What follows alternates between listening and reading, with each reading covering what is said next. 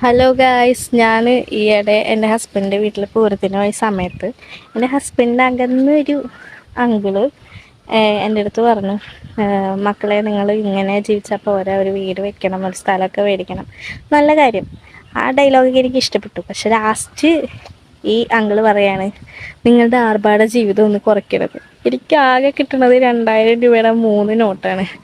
അതിലെല്ലാം കഴിഞ്ഞിട്ട് ഒരു 500 രൂപ ബാക്കി കിട്ടും. അത് ബസ് കാശെന്നും പറഞ്ഞ് അത് പോവും. ഇവിടെ പൊട്ട് മേടിക്കാനുള്ള പൈസ എടുക്കാൻ മടിയാണ്. അതായത് 10 രൂപയ്ക്ക് പൊട്ട് മേടിക്കണമെങ്കിൽ ബസ് കാശ് കുറയാലോ എന്ന് പേടിച്ച് പൊട്ട് മേടിക്കാത്ത എന്നോടാണ് ഈ അങ്കിള് പറയണത്, മോളെ നീ ആർഭാട ജീവിതം കുറയ്ക്കണമെന്ന്. എൻ്റെ മാത്രമല്ല, ഒരുവിധം എല്ലാവരുടെയും അവസ്ഥ തന്നെയായിരിക്കും എന്ന് ഞാൻ വിശ്വസിക്കുന്നു. അങ്ങനെ വിശ്വസിക്കാനാണ് എനിക്കിഷ്ടം.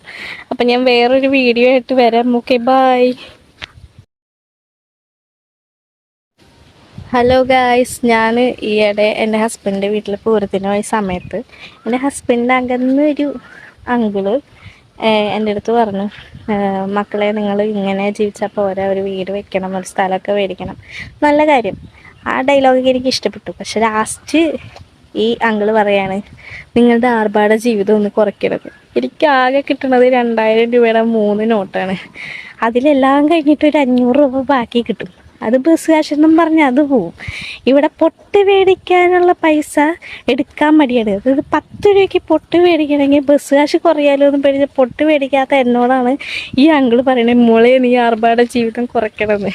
എൻ്റെ മാത്രമല്ല, ഒരുവിധം എല്ലാവരുടെയും അവസ്ഥ തന്നെയായിരിക്കും എന്ന് ഞാൻ വിശ്വസിക്കുന്നു. അങ്ങനെ വിശ്വസിക്കാനാണ് എനിക്കിഷ്ടം. അപ്പം ഞാൻ വേറൊരു വീഡിയോ ആയിട്ട് വരാം. Okay, bye.